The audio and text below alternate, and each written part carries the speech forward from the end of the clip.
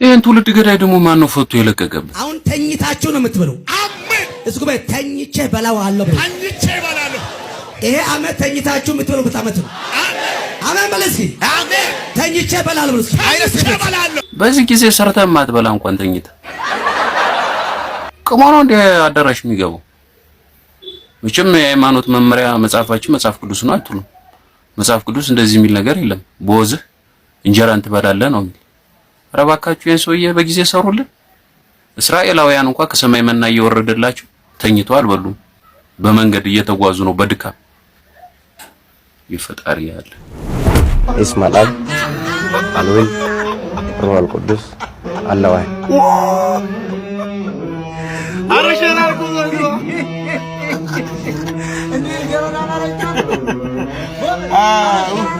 በነገራችን ላይ ማለት እቺ ፍሪክ የዛሬ 3 ዓመት የጨረቃ ጵጵስና ጊዜ ጳጳስ ሆና ነበር እና ውስኪ ይዛ ምናምን ከጅጎ ጋር ስጨፍር ከዛ ተያዘች። ከዛ ከጵጵስናው ተሻረች ማለት ነው። አሁን እኔ ገዳም ነው የምታስተዳድሩ። ደግሞ ተመልከቱ እግዚአብሔርን። የኛ የማንም ዱርዬ መጫወቻ ነው። በእግዚአብሔር ቤተክርስቲያኑ የማንም ዱርዬ መጫወቻ ነው። አብይ የሚባል 4 ኪሎ በስተት የገባ ተራ ሽፍታ በማጠናቀቅ የሚጠናቀቅ ከሆነ የአጋጣሚ ጉዳይ ነው የሚሆነው። ያን ዝግ አላደረገውም። አብይ የማጭበርበር መብቱ ማንንም ሰው ያመታታት ነብይ ነኝ ንጉስ ነኝ አምላክ ነኝ የማለት መብቱ እንደተጠበቀ ነው። ይሄን ድምጽ ይሄንን መልእክት ይሄንን የወፈፌ ፉከራ ከኛ አንፃር ሲሪየስ ላይ አንወስድ። የሆነ ቦታ ፋቀሃለሁ ልበል? አትልፊ ትከፍያለሽ። ይቺን ሙድ እናቃታለን።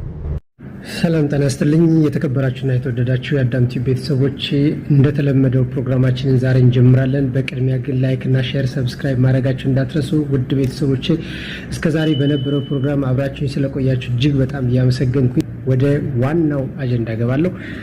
ሁላችሁም እንዳትረሷት። እኔስ መላኩን ወደዋለሁ፣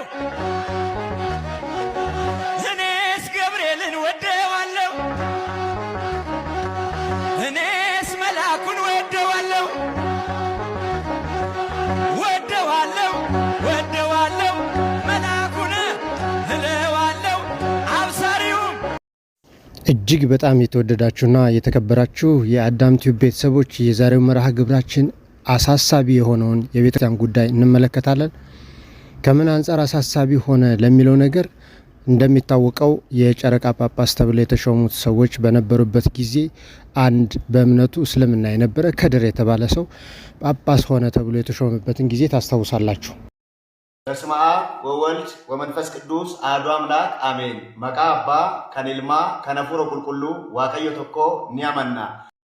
እናም ይህ ሰው ጳጳስ ሆነ ተብሎ ከተሾመ በኋላ የኢትዮጵያ ኦርቶዶክስ ተዋሕዶ ቤተክርስቲያን እንቁ የሆኑ ልጆቿ ይህ አግባብ የሌለው ከሲኖዶስ እውቅና ውጪ የሆነ ሹመት ነውና ለቤተክርስቲያናችን የሚበጅ አይደለም፣ የመጽሐፍትን ትእዛዝ የሐዋርያትን ትእዛዝ የጣሰ በመሆኑ እንዳይደረግና እንዳይከናወን እጅግ በጣም ሕይወታቸውን ሰውተው ብዙ ሰዎች ከተገደሉ ከተጨፈጨፉ በኋላ ይህ ነገር እንዲቆም ሆኗል። ይህም የሩቅ ዘመንና የሩቅ ጊዜ ትዝታ ሳይሆን የቅርብ ጊዜ ትዝታችን ነው። አሁን እዚህ ላይ በምስሉ በቪዲዮ የምትመለከቱት ሰው ከዚህ በፊት በሞያሌ በረሃ አቋርጦ የመጣ እንዲሁም ኑሮውን እና መሰረቱን ሱዳን ጠረፍ ድንበር ላይ ያደረገ በረሃ የሚኖሩ ሰዎች ከዚህ ከኢትዮጵያ በተለያየ ደለላ እየሄዱ በበረሃ ላይ የሚሰሩ ሰዎች ወይም አካላቸውን ቸርችረው ሽጠው በተለምዶ ሴተኛ ዳሪ እንደምንላቸው ማለት ነው። ይህ ሰው እንግዲህ ከነሱ ጋራ ህይወቱን መስርቶ የሚኖር ሁሉም አለ ቢራም አለ ሴትም አለ እያለ ሲል የነበረ ሰው ነው። እዚህ ጋር እንግዲህ መጠጥ አለ፣ ጅራ አለ፣ ሼሌ አለ፣ የሌለ ነገር የለም። በቃ በቦት እዚህ ጋር እንግዲህ መጠጥ አለ፣ ጅራ አለ፣ ሼሌ አለ፣ የሌለ ነገር የለም። በቃ በቦት እንግዲህ ይህን ሰው ነው በሴራ አምጥተው ሴራው በጣም ጥልፍልፍ ነው። እዚህ ላይ ባወራችሁ እጅግ በጣም ከአይምሮ የረቀቀና የሚዘገንን ሆኖብኝ ነው እንጂ እነግራችሁ ነበር። አብዛኛውን ጊዜ ስለ ቤተ ክርስቲያን ጉዳይ ሲነገር ህዝበ ክርስቲያን እጅግ በጣም ይወዛገባል ከማለት የተነሳ በጣም ጠንከር ያሉ ችግር ያለባቸውን ነገሮች በሚዲያ ላይ ማውራት በጣም ከባድ ነው። ለሚዲያ የሚመጥን የሚባል ነገር አለ። ስነ ምግባር ኤቲክስ ማለት ነው። በዛ ምክንያት ሁሉ ነገር አይወራም እንጂ እየሆነ ያለውን ነገር እናውራው ቢባል በጣም የሚዘገንንና እጅግ የከበደ ነው። እናም እንግዲህ ይህ ሰው ስያሜው ወይንም ስሙ መገለጫ ስሙ እኔ ከድር ነኝ ብሎ በአንደበቱ የተናገረው ሰው ጳጳስ አድርገው የተከበረውን አስኬማ በጭንቅላቱ ላይ አድርገው እንደው በግልጽ አደባባይ ያመጡበትን ዘመን ታውቃላችሁ። እንግዲህ የጵጵስና ሹመት አስኬማ ማለት በምድር የመጨረሻው ማዕረግ ለእግዚአብሔር የቀረበ ሲሆን ከሰማያት መላእክት ጋር ደግሞ እኩል የተካከለ ሆኖ የተገኘ ማለት ነው። ከመላእክት ጋር እኩል ማዕረግ ያለው ማለት ነው። እንግዲህ በምድር እየኖሩ ከመላእክት ጋር እኩል ክብር እኩል ማዕረግ አላቸው ተብሎ የሚገመትና እውነታውም እሱ የሆነበት የሃይማኖት ማዕረግና ደረጃ ነው። ይህንን ነው የሰጡት። እንግዲህ ያውም እኮ ጭራሽ ያልተጠመቀ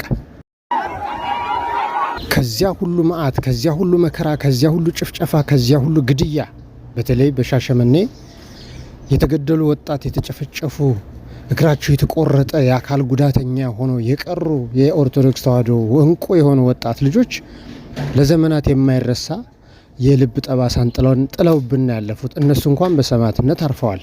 ግን ለቋሚዎቹ ባሰብናቸው ቁጥር ሁልጊዜ ውስጣችንን የሚያንገበግብና የሚበላን ሆኖ ተገኝተዋል። እንደዛ ሆኖ ነው ዛሬም ይኸው ከድር ገብቶ እየቀደሰ ነው።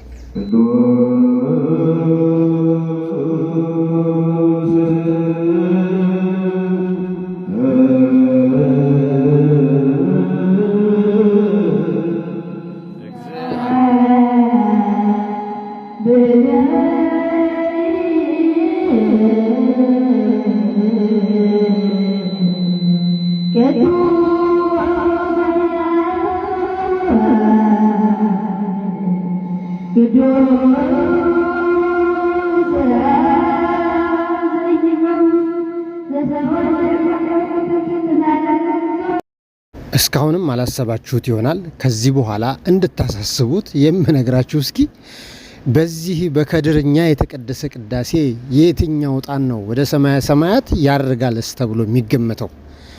የሚከተሉ ህዝቦችስ ከቶ ልቦናቸው ምን ያክል የታወረ ነው? በመሰረቱ እንደዚህ ነው፣ እንዲህ ነው፣ አመጣጡ እንዲህ ነው፣ እየሆነ ያለው እንዲህ ነው ተብለው ሲናገሩ በተለይ እነ መምህር ዘመድኩን በቀለ ግልጹን ተናግረው ነጭ ነጩን አፍርጠው ሲናገሩ እንደ ለፍላፊ እንደ ነገረኛ ሰው እንደሚጠላ ሰው ቢጠቀም አይናቸው ደም እንደሚለብስ አድርገው አሰቧቸው እንጂ እውነቱ ይሄ ነው ብለው የተቀበላቸው አብዛኛው ሰው አልነበረም። በኋላ ግን እየገባቸው እየተረዱት ያሉት ተቀብለዋል። አሁን ግን የሚከተሏቸው ሰዎችስ ልቦና አላቸውን? اسم الأب الولد الروح القدس الله واحد.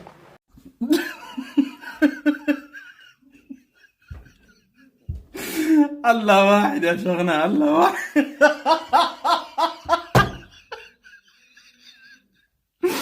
إلهي واحد يا شيخنا، إلهي واحد مش الله واحد.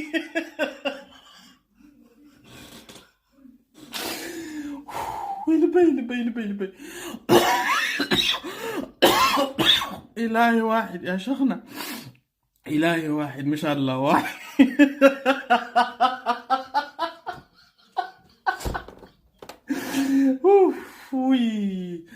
وي زندرو جنا سنتو كلين. ይህ ሁሉ የስልጣን ግፊያና ሽሚያ በዓለማውያን ሰዎች ዘንድ ይታይ ነበር እንጂ በመንፈሳውያን ሰዎች ዘንድና በቅድስት ቤተክርስቲያን ዘንድ ግን ፈጽሞ ያልተለመደ ነው። ይህ የጀመረው ከ1983 ዓመተ ምህረት በኋላ እየታየ የመጣ የመከራና የጭንቅ የግፍ ዘመን ሲጀምር ነው። ይህ የመከራ የጭንቅ የግፍ ዘመን ብዬ የምጠራው ለቤተክርስቲያን መሳደድ የሆነበት ዘመን ብዬ የምጠራው ከዘመነ ደርግ ወይንም መንግስቱ ኃይለማርያም ዘመን ጀምሮ እስከ ህወሓት ኢህአዴግ ድረስ እየባሰበት የመጣ ቀጠር በጉቦ የሆነበት ጸያፍ የሆነ አሰራር የተጀመረበት ነው። ብሎም ብሎ እዚህ ደርሶ ለስልጣን ሽሚያ ሲጋፉበት ያየንበት የቤተ ክርስቲያን የመጨረሻው የጥላሸት ዘመን ብዬ ሰይሜዋለሁ፣ በእኔ እይታ ማለት ነው። እውነታም ደግሞ ይሄ ነው። እንግዲህ ምን እንላለን አለ መጽሐፍ ቅዱስ። በተቀደሰው ስፍራ የረከሰው ነገር ቆሞ ባያችሁ ጊዜ ያኔ አንባቢው ያስተውል የሚለው እንግዲህ ይሄንን ነው። ስለሆነም እንግዲህ ፈተናችን ብዙ ነው እጅግ በጣም ከፊትም የሚጠብቀን ከዚህም የባሰ ነገር ሊኖር እንደሚችል በማሰብ በጸሎት መትጋት አለብን። እዚህ ጋር እንግዲህ መጠጥ አለ፣ እንጀራ አለ፣ ሼሌ አለ። የሌለ ነገር የለም። በቃ በቦት ዋቀዮ ቶኮ ኒያመና አነ ውእቱ ገብርኤል ዘቀወም ቀድመ እግዚአብሔር በእግዚአብሔር ፊት የምቆመው እኔ ገብርኤል ነኝ። የሉቃስ ወንጌል ምዕራፍ 1 ቁጥር 19። የተወደዳችሁ ውድ ኦርቶዶክሳውያን ሁላችሁም ለምንወደው ለገናናው ለመላኩ ለቅዱስ ገብርኤል ክብረ በዓል ሐምሌ 19 እንኳን አደረሳችሁ። ወደ ቁልቢ ገብርኤል እና የተለያዩ ገዳማትና አድባራት የምትሄዱ ሁላችሁም መንገዳችሁ ጉዟችሁ የተቃና ይሁን። መልአኩ ቅዱስ ገብርኤል እቅፍ ድግፍ አድርጎ መንገዱን የሰላም የፍቅር ያድርግላችሁ። ስለታችሁንም ቅዱስ ገብርኤል ይስማችሁ። አሜን። ሼር ኮፒ ሊንክ። እንግዲህ ውድ ቤተሰቦቼ በኦሪት ዘመን ወይንም በብሉይ ኪዳን ቢሆን ኖሮ ኃጢአት በተሰራ ቁጥር ምኩራቡ ቤተ መቅደሱ የሚያረክሱ አካላት በወረሩት ሰዓት ምኩራብ በተደፈረ ሰዓት ሕግና ትእዛዙ በተጣሰ ሰዓት እግዚአብሔር ወዲያውኑ በለምጽ ይቀጣ ነበረ። ዛሬ ግን አሁን ያለንበት ዘመን የምህረት ጊዜ በመሆኑ ዓመተ ምህረት የሚለው ስያሜ ምህረት መሆኑን የሚገልጽ ከመሆኑ አንጻር ምንም እየሆነና ምንም እየተቀሰፉ ወይም እየተከናወነ ያየንበት ጊዜ አይደለም። ይህ ቀጥተኛ የሆነ ፍጹም የምህረት ዘመን መሆኑን የሚያሳይ ነው። ይህም በመሆኑ ነው ቅጣት ባለመኖሩ ግርፋት ባለመኖሩ ብዙዎች እየተደፋፈሩ ቤተ መቅደሱን ለማርከስ ዝግጁ የሆኑት። ነገር ግን ፈጽሞ ሊረሳና ሊዘነጋ የማይገባው ነገር በመጨረሻው ዘመን ወይ ፈዶ ለኩሉ በከመ ምግባሩ እንዳለ ለእያንዳንዱ እንደ ስራው መጠን በመጨረሻ ዋጋውን ከፍሏለሁ ስላለ ዛሬ በትዕግስት ዝም ይላል። ቤተ መቅደሱ ሲደፈር ዝም ይላል። የማይገባቸው ሰዎች ሲገቡ ጸጥ ይላል። ይህ ሁሉ የምህረት ዓመት መሆኑና የትዕግስት ዘመን መሆኑን ልንገነዘብ ይገባል። ለዚህም ማረጋገጫው እኔና እናንተ ኃጢአትን እንኳን ሰርተን በድለን ሳለን ዝም ብሎ ከዕለት ዕለት ከዘመን ዘመን እያሸጋገረ እንዳያዘን ማለት ነው። ነገር ግን በቤተ መቅደሱ ሲሳለቁና ቤተ መቅደሱን ደግሞ ክብር ሲያሳጡ ከዚህ የበለጠ የለምና ባይገባንም ክብርም ባይኖረን ይህን ያክል ጸጋው ባይኖረንም ለቤቱ እንቀናለንና ግን ዛሬም ነገም ወደፊትም እንከራከራለን።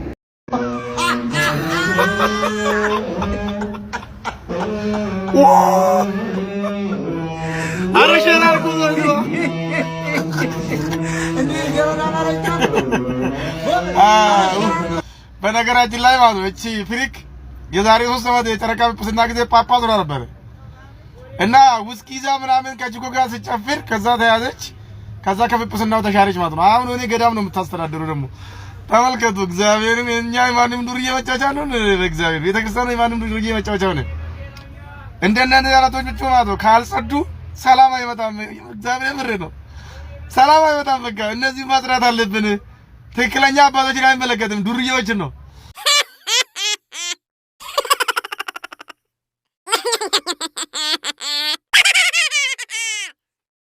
በመጨረሻ የምንመለከተው ደግሞ እንግዲህ ይሄን ትውልድ ገዳይ ደግሞ ማን ነው ፈቶ የለቀቀበት? አሁን ተኝታችሁ ነው የምትበሉ። አሜን። እስኩ ተኝቼ በላዋለሁ። ተኝቼ በላለሁ። ይሄ ዓመት ተኝታችሁ የምትበሉበት ዓመት ነው። አሜን በለሲ። አሜን። ተኝቼ በላለሁ። ተኝቼ በላለሁ። በዚህ ጊዜ ሰርተህ ማትበላ እንኳን ተኝተህ ቅሞ ነው እንደ አዳራሽ የሚገባው። መቼም የሃይማኖት መመሪያ መጽሐፋችን መጽሐፍ ቅዱስ ነው አትሉ። መጽሐፍ ቅዱስ እንደዚህ የሚል ነገር የለም። በወዝህ እንጀራን ትበላለህ ነው የሚል። ኧረ እባካችሁ ይሄን ሰውዬ በጊዜ ሰሩልን። እስራኤላውያን እንኳን ከሰማይ መና እየወረደላቸው ተኝተው አልበሉም። በመንገድ እየተጓዙ ነው በድካም። ይፈጣሪ ያለ